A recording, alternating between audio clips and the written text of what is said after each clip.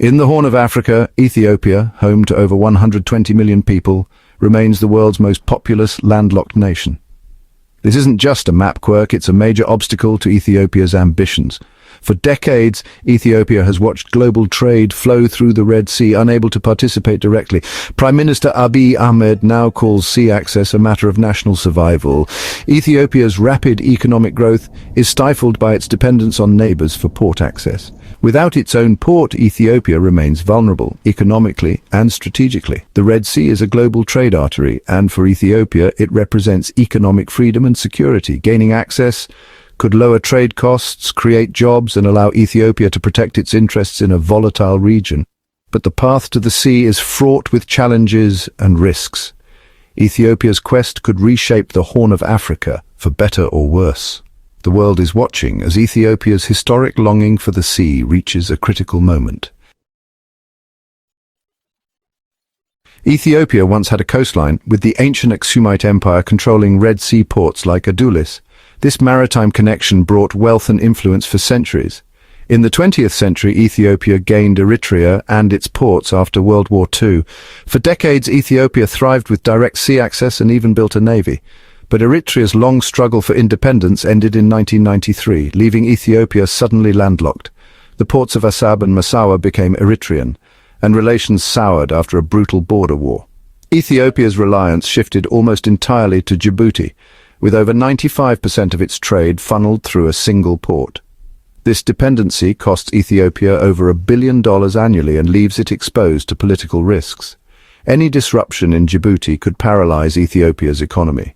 The loss of the coast remains a deep wound and a driving force behind Ethiopia's current ambitions. The search for a secure, sovereign route to the sea is now a national priority. Ethiopia is determined not to remain at the mercy of its neighbors. The Red Sea is a vital global trade route connecting the Mediterranean to the Indian Ocean. About 15% of world trade and 20% of container traffic pass through these waters.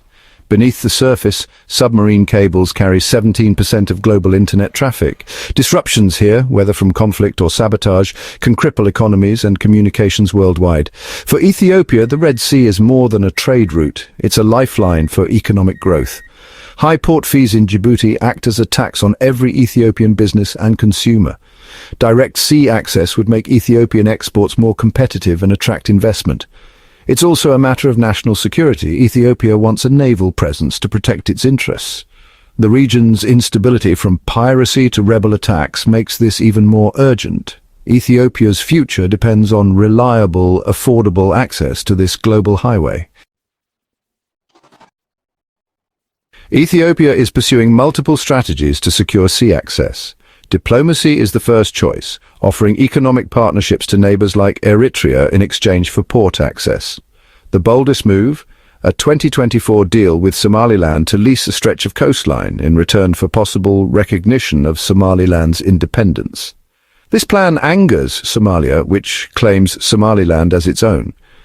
Ethiopia is also building up its military, signaling it's willing to use force if diplomacy fails. Tensions are rising, especially along the Eritrean border. Ethiopia continues to work with Djibouti and explores options with Sudan, though conflict there makes progress unlikely.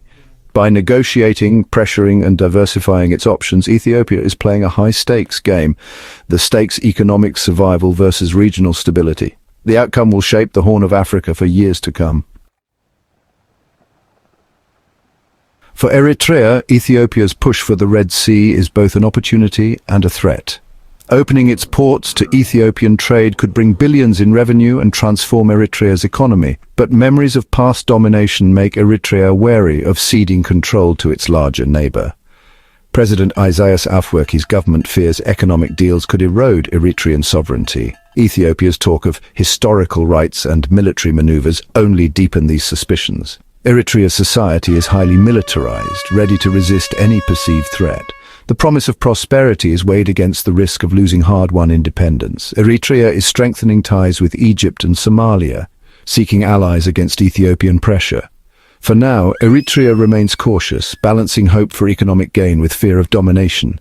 The standoff continues, with both sides watching and waiting. Ethiopia's quest for sea access has triggered a regional power struggle. Somalia is furious over Ethiopia's deal with Somaliland, seeing it as a violation of its sovereignty. Somalia has turned to Turkey for military support, drawing another major power into the dispute. Egypt, already at odds with Ethiopia over the Nile, has joined Somalia and Eritrea in a loose alliance.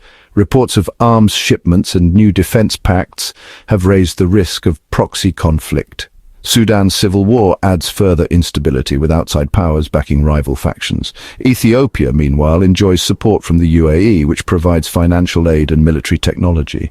The UAE's interests in the Horn of Africa give Ethiopia leverage, even as it maintains ties with other regional players. The result, a tangled web of alliances and rivalries, making the region one of the world's most volatile. Every move by Ethiopia reverberates across this complex chessboard. The Red Sea's strategic value has drawn in global powers. The US has reduced its military presence, creating a vacuum others are eager to fill. China, the region's top creditor, has a military base in Djibouti and secures its interests through economic and diplomatic means. Russia is expanding its influence, supporting armed groups and planning a naval base in Sudan. Turkey backs Somalia, while France maintains a military base in Djibouti and courts Ethiopia. The UAE and Saudi Arabia wield influence through investment and military support, backing different sides. The European Union tries to mediate, but its efforts are often fragmented. Each power pursues its own agenda, complicating any hope for a coordinated solution. The Horn of Africa has become a stage for global competition. This international scramble raises the stakes for every local dispute. The risk of escalation is ever present.